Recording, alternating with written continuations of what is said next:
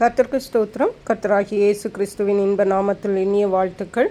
இன்றைய தியானத்திற்காக ஜெபித்த பொழுது தேவன் தந்த வசனம் 1 கொரிந்தியருக்கு எழுதின 1 நிருபம் 1 அதிகாரம் 9 வசனம். தம்முடைய குமாரனும் நம்முடைய கர்த்தருமாயிருக்கிற இயேசு கிறிஸ்துவுடனே ஐக்கியமாயிருப்பதற்கு உங்களை அழைத்த தேவன் உண்மையுள்ளவர். நம்முடைய கர்த்தராகிய இயேசு கிறிஸ்து உண்மையுள்ள தேவன். அவர் தன்னுடைய உண்மையை நம்முடைய வாழ்விலே பிரதிபலிக்கிறார். அதனால்தான் நாம் இன்றைக்கு இந்த உலகத்தில் இப்படியாக காணப்படுகிறோம். நாம் அவரை பின்பற்றுகிறது விருதாவாக அல்ல. தேவன் நம்மை பாதுகாப்பதில் உண்மையாயிருக்கிறார். அவருடைய வாக்குத்தத்தத்தில் உண்மையாயிருக்கிறார். நம்மை அவருக்கென்று நிலைநிறுத்துவதில் உண்மையாயிருக்கிறார். நம்மை ஆசீர்வதிப்பதில் உண்மையாயிருக்கிறார். தேவன் எப்பொழுதும் எல்லாவற்றிலும் உண்மையுள்ளவராகவே இருக்கிறார். தேவன் நம்முடைய வாழ்வில் உண்மையுள்ளவராக இருக்கிறபடினால் நாம் அவரை துதித்து ஸ்தோத்தரித்து அவருக்கு நன்றி உள்ளவர்களாய் காணப்பட வேண்டும். இந்த வசனம் சொல்லுகிறது, தம்முடைய குமாரனும் நம்முடைய கர்த்தருமாயிருக்கிற இயேசு கிறிஸ்துவுடனே ஐக்கியமாய் இருப்பதற்கு உங்களை அழைத்த தேவன் உண்மையுள்ளவர். ஆம், பிரியமான தேவனுடைய பிள்ளைகளே, நம்மை அழைத்த தேவன் உண்மையுள்ளவர் என்பதை நாம் ஒருபோதும் மறந்துவிட வேண்டாம். சங்கீதங்களின் புஸ்தகம் 89 சங்கீதம் 24 வசனம். என் உண்மையும் என் கிருபையும் அவனோடு இருக்கும், என் நாமத்தினால் அவன் கொம்பு உயரும். ஹல்லேலூயா. தேவனுடைய பிள்ளைகளோடு தேவனுடைய உண்மையும் அவருடைய கிருபையும் இருக்கும். உண்மை என்றால் எந்த சூழ்நிலையிலும் அவர் நம்மை விட்டு விலக மாட்டார். எல்லா சூழ்நிலையிலும் தேவன் நம்மோடு இருப்பார். அவருடைய கிருபைகளை நமக்கு தருவார். அவருடைய இரக்கங்களை தருவார். அதனால்தான் நம்முடைய கொம்பு உயரும். நாம் தேவனால் ஆசீர்வதிக்கப்படுவோம், உயர்த்தப்படுவோம் என்று தேவன் சொல்லுகிறார். எபிரேயருக்கு எழுதின நிருபம் 10 அதிகாரம் 23 வசனம் இவ்விதமாக சொல்லுகிறது. அதன் கடைசி பாகம் சொல்லுகிறது, வாக்குத்தத்தம் பண்ணினவர் உண்மையுள்ளவராயிருக்கிறாரே.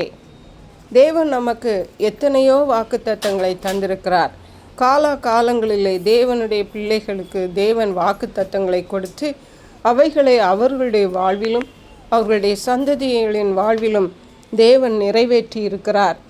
ஆகவே தேவன் நமக்கு தந்த வாக்குத்தத்தங்கள் ஒன்றும் விருதாவாக போகாது. அவைகள் ஒன்றும் கீழே விழுந்து விடவும் செய்யாது. அருமையான கர்த்தருடைய பிள்ளைகளே, இன்றைக்கு நாம் தெரிந்து கொள்ள வேண்டியது என்னவென்றால், தேவனுடைய ஒவ்வொரு வாக்குத்தத்தங்களும் குறித்த காலங்களிலே நம்முடைய வாழ்க்கையிலே நிறைவேறும். ஆகவே தேவன் தம்முடைய வாக்குத்தத்தத்தில் உண்மையுள்ளவராய் இருக்கிறார் என்பதனால் நாம் அவரை ஸ்தோத்திரித்து அவருக்கு நன்றியுள்ளவர்களாக காணப்பட வேண்டும். 1 பேதுரு எழுதின நிருபம் 5 அதிகாரம் 10 வசனம் இவ்விதமாக சொல்லுகிறது, கிறிஸ்து இயேசுவுக்குள் நம்மை தமது நித்திய மகிமைக்கு அழைத்தவராயிருக்கிற சகல கிருபையும் பொருந்திய தேவன் தாமே கொஞ்ச காலம் பாட அனுபவிக்கிற உங்களை சீர்படுத்தி ஸ்திரப்படுத்தி பலப்படுத்தி நிலைநிறுத்துவாராக. தேவன் நம்மை அழைத்தது அவருடைய நித்திய கன மகிமையை நாம் பெற்றுக்கொள்ளும்படியாக. ஆகவே கொஞ்ச காலம் இந்த உலகத்திலே பாட அனுபவிக்கிற நம்மை தேவன்தாமே சீர்படுத்தி ஸ்திரப்படுத்தி பலப்படுத்தி முடிவு பரியந்தம் நிலைநிறுத்தி அந்த நித்திய கன மகிமையை நமக்கு தருவதற்கு தேவன் உண்மையுள்ளவராயிருக்கிறார். அருமையான கர்த்தருடைய பிள்ளைகளே, நம்மை அழைத்த தேவன் உண்மையுள்ளவர்.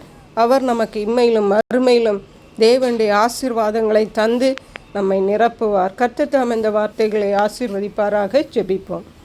எங்களை கிருபையா நேசித்து பாதுகாத்து வழி நடத்துகிற எங்கள் அன்பின் தகப்பனே, ஆசீர்வதிக்கப்பட்ட இந்த நல்ல நாளுக்காக நன்றி. இந்த வேளையிலும் நம்மை அழைத்த தேவன் உண்மையுள்ளவர் என்று திட்டமும் தெளிவுமாக எங்களோடு பேசி எங்களுடைய அன்றாட வாழ்விலே கர்த்தர் உண்மையுள்ளவராயிருந்து எங்களை உமக்கண்டு பாதுகாத்து உமக்கண்டு தெரிந்தெடுத்து உமக்கண்டு ஆசீர்வதித்து உமக்கண்டு நிலைநிறுத்தி உண்மையிலும் மறுமையிலும் நீர் எங்களை ஆசீர்வதிக்கிறபடியால் நன்றி. பரிசுத்த ஆவியானவரே, துதிகன மகிமை மக்கை செலுத்துகிறோம். மீட்பர் இரட்சகருமாகிய இயேசு கிறிஸ்துவின் இன்ப நாமத்தில் ஜெபிக்கிறோம் எங்கள் அன்புள்ள பரமபிதாவே. ஆமேன். God bless you.